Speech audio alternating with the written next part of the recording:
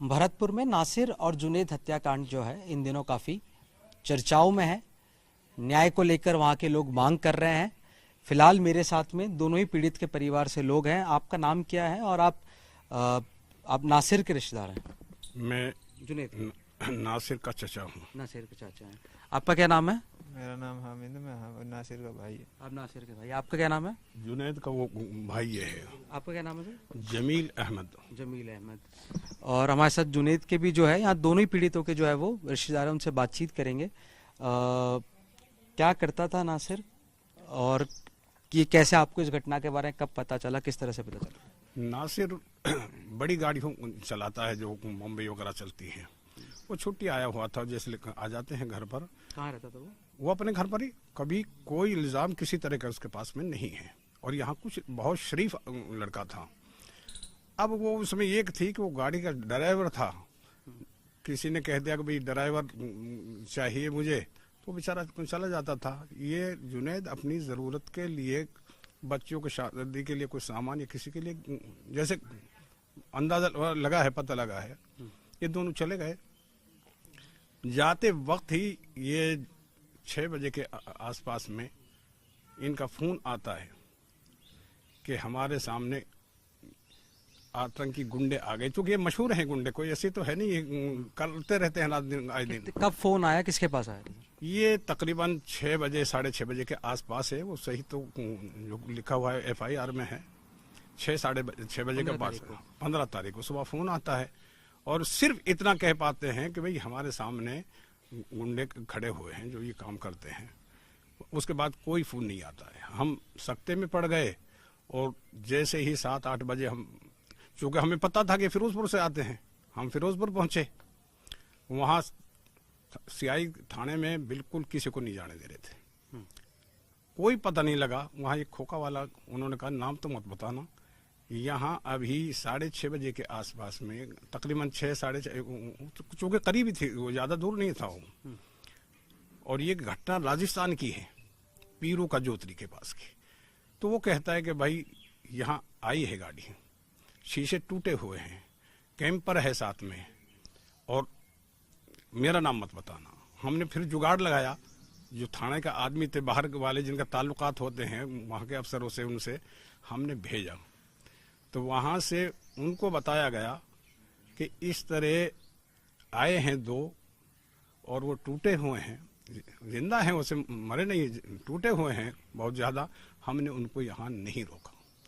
तो हमारी पहली शिकायत तो यही है कि पुलिस ने ऐसे कैसे छोड़ दिया उनको, जिससे मालूम होता है कि इनकी सांठगांठ है पुलिस वालों से।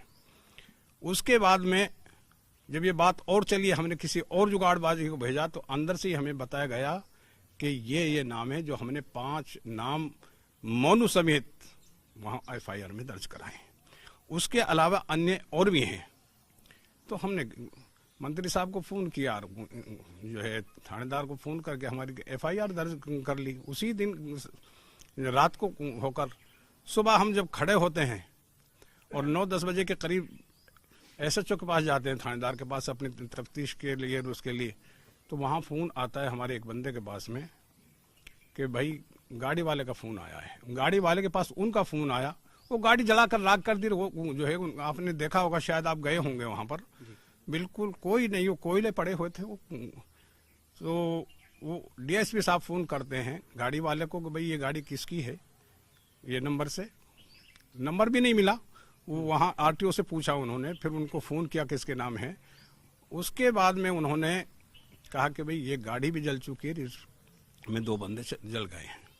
फिर हमारे पास फ़ोन गया। आपको 9-9:30 बजे के तकरीबन पता चला है कि दोनों को जला दिया गया? हाँ, 11:30। बस वो SHO साहब थे, हमने फिर उनको दे दिया। DSP साहब ने, जो है हरियाणा के DSP साहब ने बात करी उनसे और ये कहा भाई इस तरह का हादसा हो गया है। तो जुनैद के आप भाई हैं, क्या नाम है आपका? मोहम्मद यूसुफ। तो यूसुफ जी बताइए कि अब तक जितनी कार्रवाई हुई है उससे आप संतुष्ट है? अभी तक कोई एक आरोपी पकड़े गया? किस तरह का माहौल रहा है? क्या पहले भी इस तरह की धमकियां जो है वो जुनैद को मिली थी? पहले जी यहाँ हमारे यहाँ कई बार कई वाक़ये हुए हैं जिसमें बच्चे उठाए गए हैं और फिरौती भी लिए है और उन बच्चे ने छुड़ा के भी लाए हैं हम। और ये वाकया ओची भी घटना एक उम्र की हमारे वे भी घटना हुई है। ये एक वाकया नहीं, ये कई वाकये होगी। एक ये संगठ बना रखा है, इनने पूरा फैला हुआ है और ये आदमियों को मारते हैं, फेंक देते हैं। इन पे कोई कार्रवाई तो होती नहीं। जिसका बंदा जाता है थोड़ा रोता है तो चुप बैठ जाते हैं।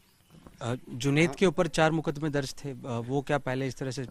हम तो ये कहते हैं कि अगर उस पे मुकदमे दर्ज हैं तो पुलिस ने अरेस्ट तो नहीं किया है आज तक।